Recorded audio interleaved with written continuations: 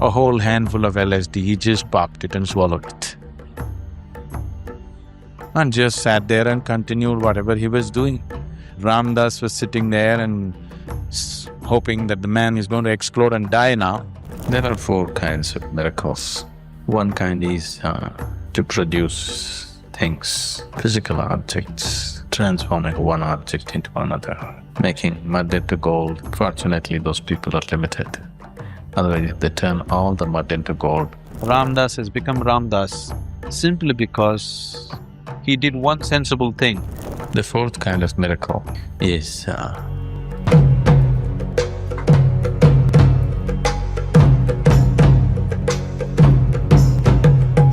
amazing has happened and I just could not believe it. It's not that some sadhu has performed it, but in his presence it has happened. So do you believe in these things? Right now, let us say, you do not know what is electricity. Let's say you do not know. At one time people did not know, isn't it? Let's say you don't know anything about it. Now I will tell you, see, if I just go and touch a certain part of the wall, the whole hall will be flooded in light. Would you believe me? Would you believe me? No. Now I just go and touch it, and suddenly the whole hall is flooded with light. Now I must be God or messenger of God or son of God or something, isn't it? Or in other words, anything that you do not understand, anything that is beyond your present level of understanding, that's a miracle for you, isn't it? Now, we are always looking for miracles. I can perform a miracle if you want right now. See, this bottle, whichever way I throw it, it'll only come down. Why are you laughing?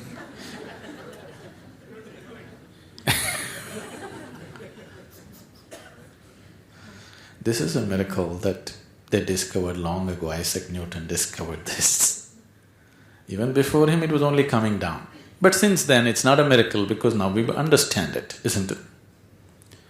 If you do not understand the miracle of life, is there a miracle? There are two ways of looking at it.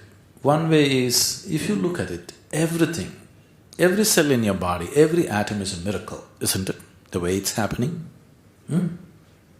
Isn't it absolute miracle that you're sitting on this planet and talking about all these things when it is spinning at a tremendous speed? Isn't it a miracle? Isn't it a miracle that from two simple cells you become all this, now you can question so much the very process of life? Isn't it a miracle? So, one way of looking at it is, whole process of life, every bit of it is a miracle. Another way of looking at it is, nothing is a miracle. Everything has a basis to it. Everything in the physical realm is happening between cause and effect. Whenever you don't understand the cause of it, when you just see the effect instead of knowing the cause, you think it's a miracle. But all physical reality is happening between cause and effect. Is that so? So these are two ways to view it. One way, the way of the science is nothing is a miracle, everything has an explanation, everything has a basis. The way of the mystical is everything is a miracle, but they are not different. They're same. We are talking in terms of science because the strongest aspect in you right now is the logic, isn't it? Isn't it so? If you try to discard your logic and try to be mystical, you will not be truthful to yourself. You will have to tell many lies to yourself, but still something within you will keep on bothering you with questions. Your mind has evolved to a point, your intellect has evolved to a point where you cannot avoid questioning, isn't it? When it's like this, it's better approach everything scientifically, logically. Otherwise, your mind will bother you. Today you may tell yourself, no, it's all God's work. Tomorrow morning your mind will pop up and ask an uncomfortable question. If you were very simple-minded, innocent-minded, then it would be okay to look at it that way. Now that you have a complex, questioning mind, you shouldn't talk about those things. You look at everything that whatever happens, there must be a basis to it. I can do many things that you cannot do. You would think it's a miracle. It's not a miracle, it's just that you don't understand how it happens, so you think it's a miracle. Now you have a disease, let's say. Tomorrow morning if it's gone, your doctor and you would think it's a miracle. I don't think it's a miracle. First of all, as far as I'm concerned, you have no business to be deceased. Okay? You have created it. The moment you become aware, if you stop creating it, it doesn't happen anymore, that's all. So, anything which is beyond the present level of understanding seems like a miracle. I don't understand your accounts. For me, it's all a miracle, the end figure that comes out. When I was, seeing a video of that man who is presently known as Ram Dass in the United States, who became a big phenomena during 70s, probably 60s and 70s, 60s. So he was one of them who was a Harvard University professor experimenting with LSD in a big way. They even manufacturing LSD in Harvard University. They thought this is the way to nirvana. That's when very boldly California started advertising. In India it takes 12 years. Here it just takes quick. Ram Dass also traveled to India with his talk of LSD. He's hardcore now. He can pop 2, 3 LSDs in a day. So he came to Neem Karoli Baba, who is a mystic, a tantric of enormous capabilities. And I want you to clear your head about what a tantric is. A man of capability is a tantric. A man who knows no capability, who just knows the book, is not a tantric, nor is he a guru in any way, nor is he fit to be a guru in any way. So, Neem Karoli Baba is a tantric. He's a huge man, a worshipper of Hanuman. He came to Neem Karoli Baba and said, I got some real stuff from heaven. You take this, everything that's worth knowing opens up. Do you know something about this? Neem Karoli Baba asked, what is that, show me? So he gave him this many. Said, how many do you have, show me? He had that many, which would last for many days or months for Ram Dass. He said, give it to me. So he gave it to him, a whole handful of LSD, he just popped it and swallowed it. And just sat there and continued whatever he was doing. Ram Dass was sitting there and hoping that the man is going to explode and die now. But the guy didn't show any signs of LSD in him. He just continued, just to demonstrate to Ram Dass, you're just wasting your life on some stupid stuff. That stuff is not going to get you across. So, out of his love for Ram Dass, or out of Ram Dass's own sincerity and willingness to receive, a certain dimension definitely descended upon him.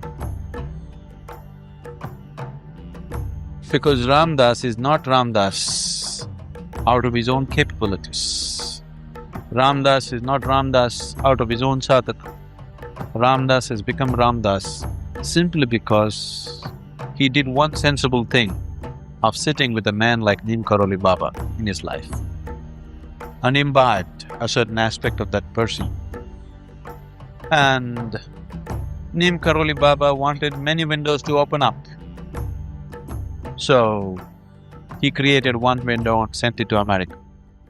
This has always been the thing on the spiritual path.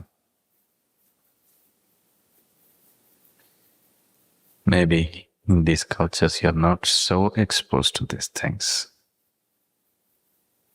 In India, this is a very common thing, but here also I'm sure it is. Spirituality means miracles should happen. No miracle, no good. There are 4 kinds of miracles.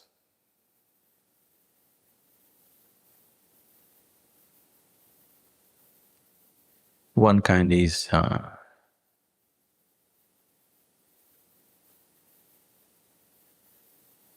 to produce things, physical objects, transforming one object into another.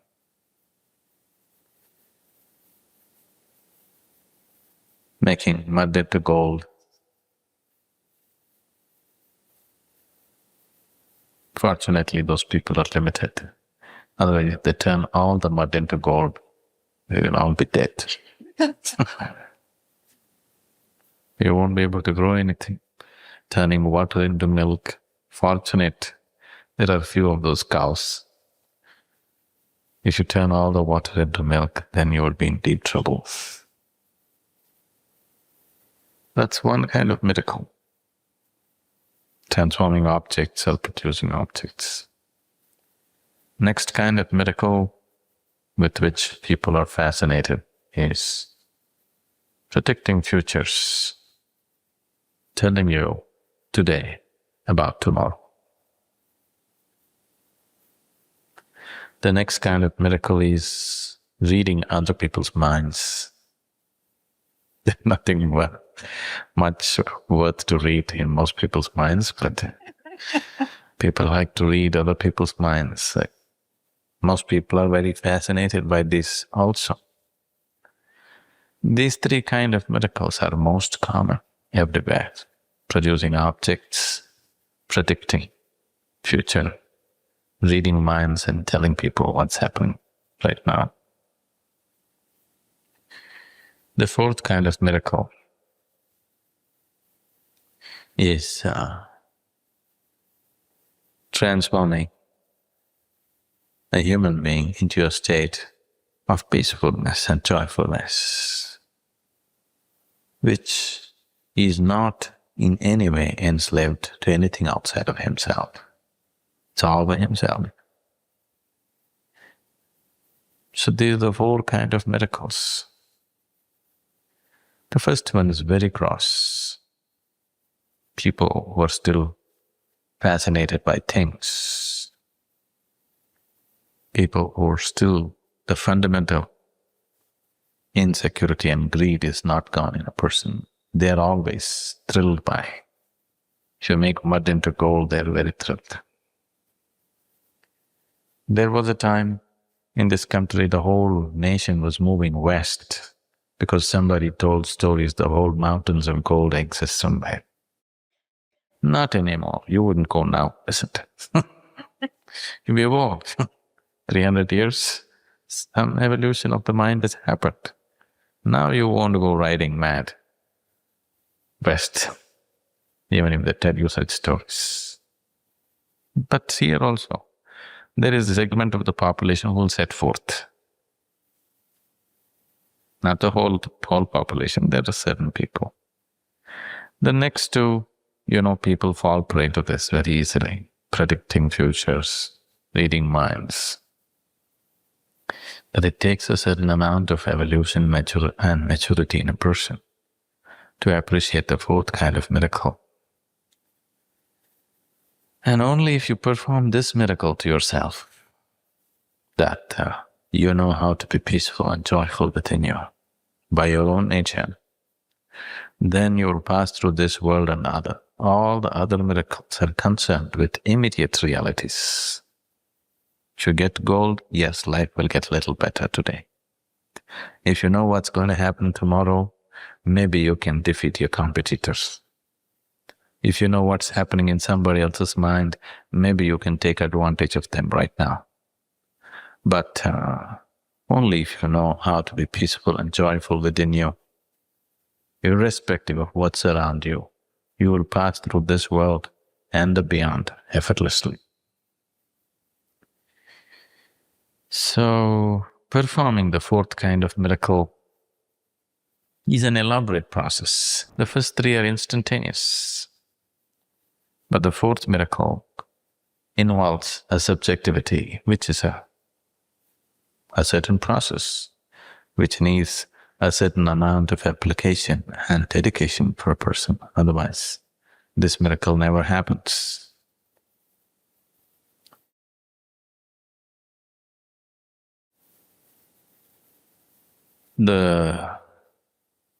If this miracle has to happen, one must do the right thing. People have always been trying to find shortcuts to it. It doesn't really work like that. One must apply himself, otherwise it doesn't come.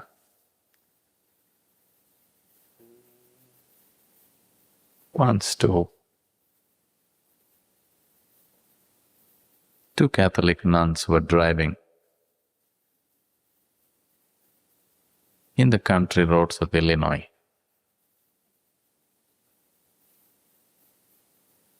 They ran out of gas.